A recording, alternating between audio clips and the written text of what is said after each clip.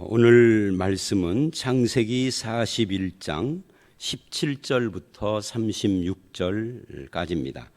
매일 성경의 제목이 꿈의 해석과 조언 이렇게 되어 있습니다. 근데 저는 이 부분을 내가 아니라 하나님입니다 라고 그렇게 제목을 잡고 싶습니다.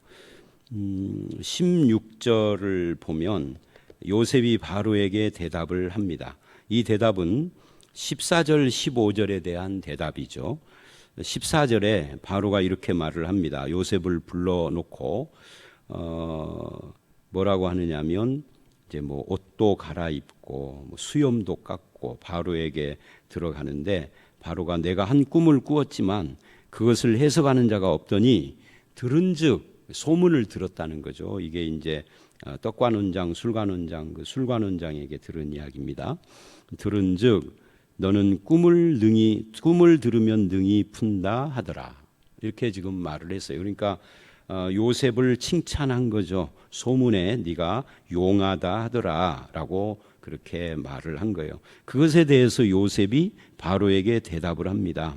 뭐라고 대답을 하느냐면 내가 아니라 하나님께서 바로에게 편안한 대답을 하실 것입니다. 이게 중요해요. 오늘 본문의 핵심이라고 말할 수 있습니다. 이거는 자기가 아니라 하나님을 높이는 요셉을 말하고 있는 거죠. 이 부분은 25절이나 28절, 32절에도 똑같이 나와요. 25절, 요셉이 바로에게 아뢰되 바로의 꿈은 하나라. 하나님이 그가 하실 일을 보이신 것이다. 하나님이 하실 일을 보였다. 이게 똑같죠. 16절 오고 28절, 내가 바로에게 이르기를 하나님이 그가 하실 일을 바로에게 보이신다 함이 이것입니다 라고 또 강조를 해요. 32절에도 바로께서 꿈을 2번 겹쳐 꾸신 것은 하나님이 이 일을 정하셨음이라. 하나님이 속히 행하시리니. 계속해서 여러분 이게 주목해야 할 것은 하나님이 하셨다, 주어가 하나님이다, 하나님이 주인공이다, 꿈을 주신 것도 하나님이고 그것을 해석하는 것도 하나님이다 라는 것을 계속 반복해서 강조합니다. 바로가 물은 것도 아니에요. 그런데 요셉이 그렇게 하는 거죠. 그래서 17절로 24절에 바로의 꿈의 내용을 듣습니다. 근데 그 꿈의 내용을 들은 뒤에도 25절에 하나님이 하실 일을 보인 거다라고 대답을 합니다. 하나님의 사람이란 누구냐? 우리 이제 신약으로 말하면 믿음의 사람, 성도란 누구냐라고 하는 질문에 이 본문을 가지고 이렇게 대답할 수 있죠. 지금 이렇게 요셉처럼 하나님의 영광을 드러내는 사람, 이게 하나님의 사람이고 믿음의 사람이다라고 말할 수 있습니다. 이것의 반대가 뭐죠? 자기 자랑을 하는 사람이죠. 자기 업적, 실력, 능력 이런 것들을 과시하고 허풍을 떨거나 조그마한 내가 한 것이 있으면 그것을 막 과장해서 선전을 하거나 허세를 부리는 자, 이거는 하나님의 사람이 아니에요.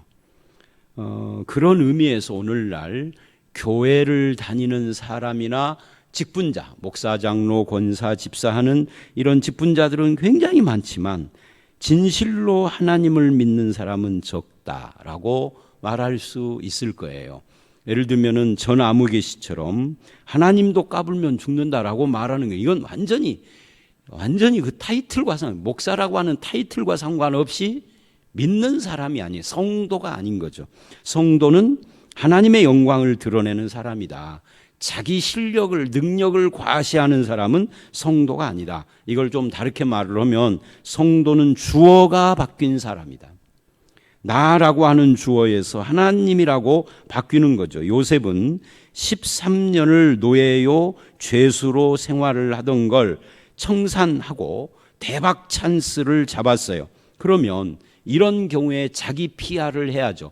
여러분, 어려운 처지에 어려운 삶을 살던 사람이 어느 날 갑자기 떼부자가 된다든지 출세를 한다든지 뭔가 그런 전환을 맞으면은요, 대부분 다 자기 PR을 하느라고 여념이 없습니다.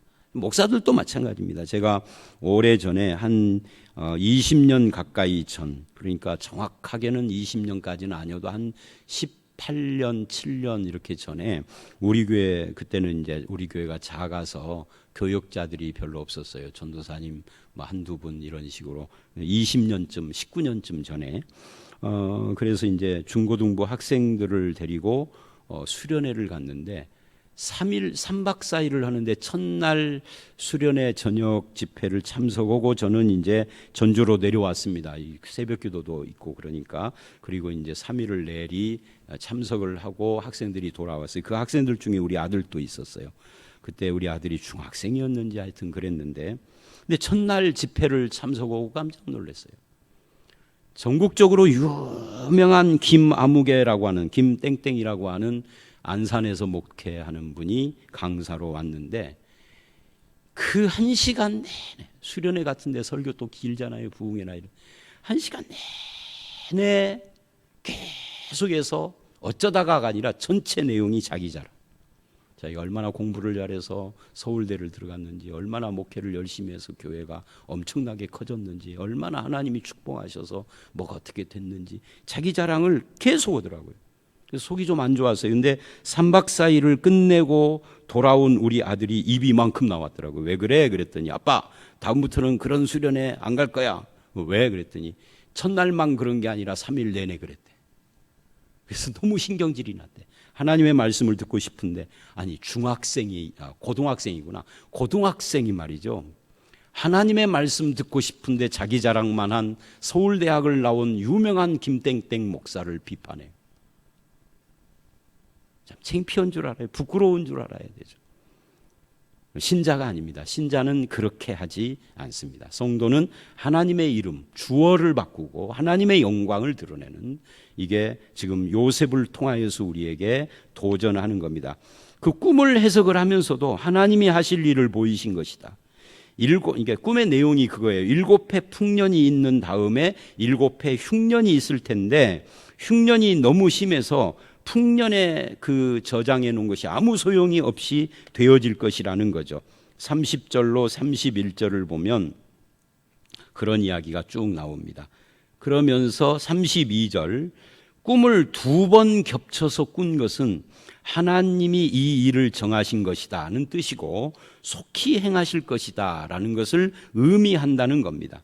그래서 요셉은 계속, 또는 요셉으로 표현된 성도는 계속해서 자기 PR이 아니라 하나님의 영광을 드러내고, 주어가 내가 아니라 하나님으로 바뀌고, 나는 하나님의 종이 되고 하나님의 청직이요 하나님의 대사라는 것에 대하여 좀 명확한 입장 정리를 한 사람입니다. 그런 사람들을 하나님이 쓰시는 거예요. 그래서 33절로 36절에는 대안까지 제시를 하죠. 풍년 때의 흉년을 대비하라 라고 30살 먹은 노예 출신, 죄인 출신 요셉이 대안을 세워요. 그럼 어떻게 할 것인가? 사람을 세워라. 명철하고 지혜 있는 자를 세워라 라고 충고를 왕에게 해줍니다. 그래서 그 명철하고 지혜 있는 사람을 세워서 풍년 때 잘 저장을 했다가 어떻게 저장할 것인가? 35절에 보면은 각 성읍에 쌓아두어라 하고, 중앙에다가 쌓는 것이 아니라 각 지방 성읍에다 쌓아라. 왜? 그래야 흉년 때에 신속하게 대처를 할 수 있으니까 그렇게 해야 한다. 그렇게 하지 않으면 망하게 될 것이다. 그러나 이렇게 대비를 하면 흉년이 와도 망하지 않을 것이다 라고 그렇게 대비책까지 말을 해요. 요셉이라고 하는 성도는 자기가 부탁받은 그 의무, 그게 뭐죠? 꿈 해석입니다. 그 의무만 행하지 않고 진정으로 애굽이라는 세상을 염려해 주고 있어요.